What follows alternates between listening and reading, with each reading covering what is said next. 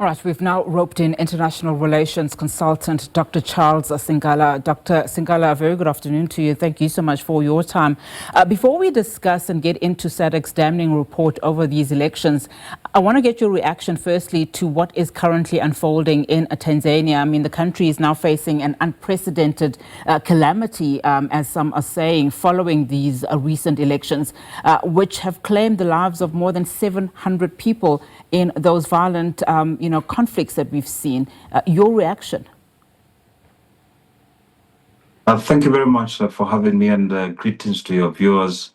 It's quite disappointing, to see that Africa continues to repeat what has happened before, especially when we went through the elections and post-elections not long ago in Mozambique, where there was protests. I think they lasted for over 3 months, in terms of the selection and the decision that the government they made.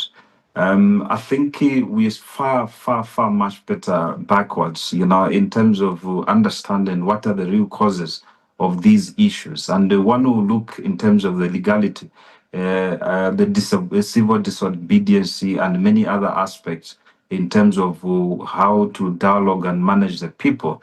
I think if they looked at the parameters on how to involve every stakeholder, but of course, the constitution of these other African countries has got a problem in terms of arresting before they can investigate any other misdemeanor or either serious cases such as corruption. But communication to citizen, it is something that is profound that one will look at in terms of going forward.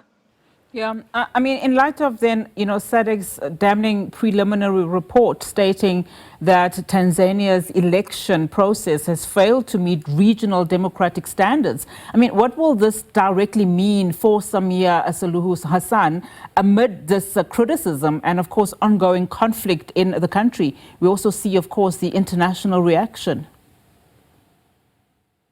Firstly, I'd like to say thank you to the Southern region. I think we have accused of the SADC bloc of ignoring a certain aspect of security threat which has been happening, especially in the southern part of Africa. They have reacted very quickly to say what it is. But I think they need to go further than that in terms of addressing such issues which are very sensitive. I think the case of Tanzania is a case of a constitution that is confused. Unlike in South Africa in 1993, there was an interim constitution which really looked at the overall of the governance of the country. And subsequently to that, the 1994 constitution looked at the holistic situation in terms of governance, elections, communications and cases, and as well as looked at matters such as civil disobedience. Should laws be made in such a way, and how would the public react? But unlike these other nations, such as Tanzania, which attained their independence in early 1960s, and before that, their constitution they inherited from the erstwhile colonizers, the British, where they just changed certain aspects and they continue to amend it. It's got aspects where they criminalize certain aspects in terms of performance or decisions or these other political parties might do. For instance, defamation of the president. A defamation of the president in Tanzania, you can be arrested. And notwithstanding the fact that the elections will be conducted in few days or few months, the political party leaders can be, put on hold, or arrested during that time. But the public perception, will look at it that the president Hassan, is preventing other opposition political parties to contest in the political sphere, which is an untrue story. I think investigations beyond that, including the United Nations Security Council and others, even though we would like to solve our own problems in Africa, but we call international communities to mediate in terms of this so that there can be peaceful elections, if there can be such a thing like peaceful and fair elections. The other thing which constitutes to unfair and peaceful elections in the continent, such as Tanzania, what has happened there, there's no yardstick for elections, due to certain logistic and as well as other capacity, issues. So you can't call free and fair elections. We're never going to attend that in Africa.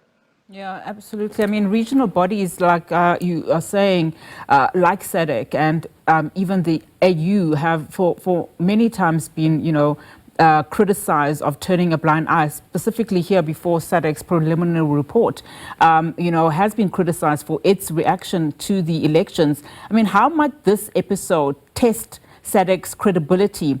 A lot asking the question, is it merely performing oversight, or is the region moving towards a genuine culture of accountability?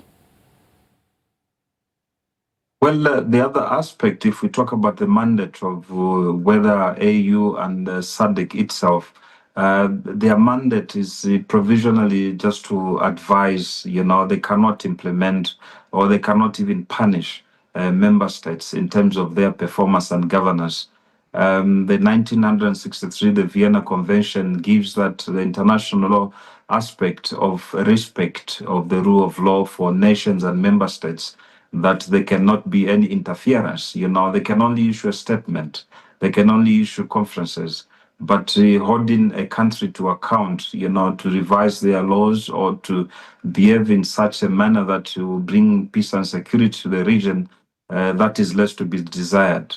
I think we have a very bad reaction as well after releasing that damning preliminary report from Tanzania, that they condemn that statement as they haven't, they haven't really investigated of what really happened and transpired in the loss of lives. Yes, the loss of lives is quite such a bad idea, especially in a democratic dispensation where people has to choose, who they want to be led. But the elements of criminality as well chips in, where it becomes difficult to manage. I think the governance has to relook at the system that they can implement, especially dialogues. I heard what has happened in South Africa. I always give an example to South Africa on how they have gone beyond this civil disobedience. They have gone beyond left and right. Now there's a government of national unity. I've been hearing a retreat where President Cyril Ramaphosa and the GNU members, and parties retreated, to discuss the issues and and moving forward. I think that will be an example, especially to countries such as Tanzania, to dialogue and talk about the issues and making sure that there is a level playing field that everybody can participate without being singled out or feeling that they are not being addressed, in terms of their issues. Yeah, Dr. Sinkala, unfortunately, we have run out of time. It would have been great to know, the kind of risks now the country faces if President Samia does choose confrontation over reform in the response in light of SADC's preliminary report. But let's leave it there for now. Thank you so much for your analysis. That is Dr. Charles Sinkala, and he is International Relations Consultant.